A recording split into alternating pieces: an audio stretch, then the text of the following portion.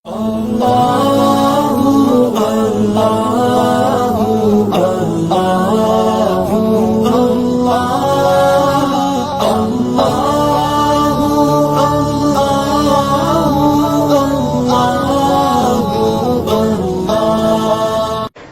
حسد کبائر میں سے ہے۔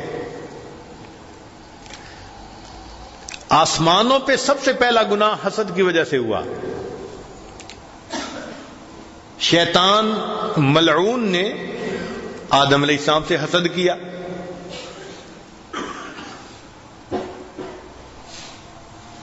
اور گناہ کا مرتکب ہوا۔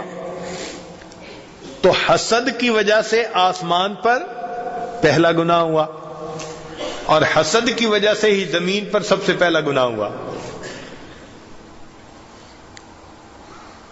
کہ دو بھائی تھے، ان میں سے ایک کی بیوی زیادہ خوبصورت تھی اور دوسرے کی نہیں تھی، اس کو حسد ہوا اور اس نے حسد کی وجہ سے اپنے بھائی کو قتل کر دیا۔ یہ زمین پر سب سے پہلا گناہ۔ تو آسمان پہ پہلا گناہ بھی حسد کی وجہ سے، اور زمین پہ پہلا گناہ بھی۔ اس لیے نبی علیہ السلام نے تعلیم دی وَلَا تُحَاسَدُوا، تم حسد نہ کرو۔ حدیث مبارکہ سن لیجئے ذرا، غور کرنے کی بات ہے۔ لا یجتمع فی جوف عبد الایمان والحسد، بندے کے دل میں دو چیزیں جمع نہیں ہو سکتی، ایمان اور حسد۔ حسد آتا ہے تو ایمان رخصت ہو جاتا ہے، یہ دو چیزیں اکٹھی نہیں ہو سکتی۔ لہذا جو اپنے دل میں حسد محسوس کرتے ہیں وہ اپنے ایمان کی خیر منائیں،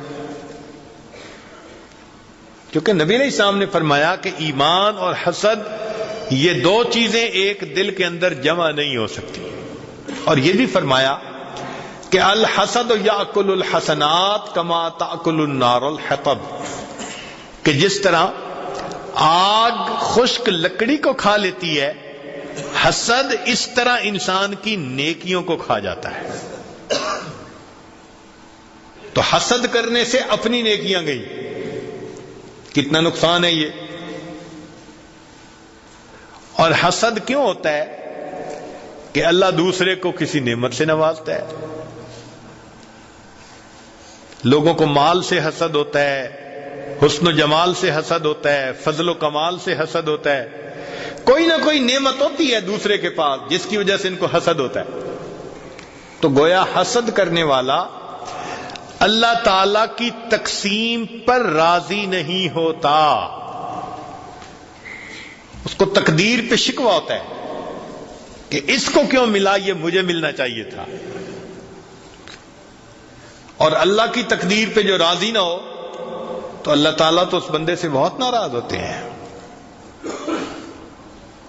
اس لیے فرمایا کہ جب لوح و قلم کو پیدا کیا گیا تو اللہ نے قلم کو حکم دیا کہ قلم لکھ،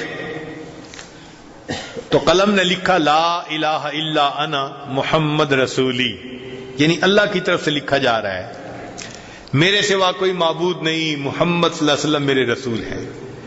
پھر آگے قلم نے لکھا من لم یستسلم بقضائی، جو میری قضا کو تسلیم نہیں کرتا، ولم یصبر علی بلائی، میری بھیجی ہوئی بلاؤں پر صبر نہیں کرتا، ولم یشکر علی نعمائی، جو میری نعمتوں کا شکر ادا نہیں کرتا، فلیتخذ ربا سوائی، اس کو چاہیے میرے سوا کسی اور کو اپنا رب بنا لے۔ تو ہم اللہ کی تقدیر پہ راضی رہیں، اللہ نے جس کو جو عطا کیا وہی بہتر اور اچھا ہے۔ دل میں حسد نہ پیدا ہونے دیں، اس لیے فرمایا ام یحسدون الناس علی ما آتاہم اللہ من فضلہ۔ تو الحسد اعتراض علی قدر اللہ، اللہ کی تقدیر کے اوپر اعتراض ہوتا ہے۔ اور عجیب بات دیکھو کہ حسد کا انجام کیا، للہ در الحسد ما عاد لہ بدا لصاحبہ فقتلہ، کہ حسد جس بندے سے شروع ہوتا ہے اسی بندے کو قتل کر کے رکھ دیتا ہے۔ حسد والا اپنی آگ میں خود جلتا ہے نا. جس کو اللہ نے نعمت دی وہ تو مزے کی نیند سو رہا ہوتا ہے، تو حسد والا جاگ رہا ہوتا ہے نا. یہ تو کروٹیں بدل رہا ہوتا ہے نا، اس کو بے چینی ہوتی ہے. اس لیے کسی نے کہا بحسدنا نطعم الحم لحومنا، حسد کی وجہ سے ہم اپنے غم کو اپنا گوشت کھلاتے ہیں. بحسدنا نطعم الحم لحومنا، حسد کی وجہ سے ہم اپنے غم کو اپنا گوشت کھلاتے ہیں. وَنَسْقِي الْفَمَّ دِمَاؤُنَا، اور اپنے منہ کو اپنا خون پلاتے ہیں. وَنُوَزِّعُ نَوْمَ جُفُونِنَا عَلَى الْآخَرِينَ، اور ہم اپنی پلکوں کی نیند کو دوسرے لوگوں میں تقسیم کر دیتے ہیں. ہم جاگ رہے ہوتے ہیں اور دوسرے میٹھی نیند سو رہے ہوتے ہیں. تو حسد کرنے کا کیا فائدہ؟ اس لیے حسد کی نگاہ سے کبھی کسی کو نہ دیکھیں. فلا تراقب بعین الحسرت او الفضول ما عند الاخرین فانه یورث الحسد. اس کا علاج کیا ہے؟ اس کا علاج ایک تو ہے کہ انسان دعا کرے. کون سی دعا؟ حسد کی ریمیڈی، جس کو کہتے ہیں نا ریمیڈی، کہ بھئی اس دوا کے استعمال سے جڑ سے بیماری ختم ہو جاتی ہے. تو حسد کی ریمیڈی حدیث مبارکہ میں ایک دعا ہے، اللہم ما اصبح بی من نعمت او بعہد من خلقک، اے اللہ جو نعمتیں آپ نے مجھے عطا فرمائی یا اپنی مخلوق میں سے کسی کو عطا فرمائی، فمن کا، وہ آپ کی طرف سے ہیں، وحدکا، تو ایک ہے، فلک الحمد، اللہ تیری تعریف بیان کرتا ہوں.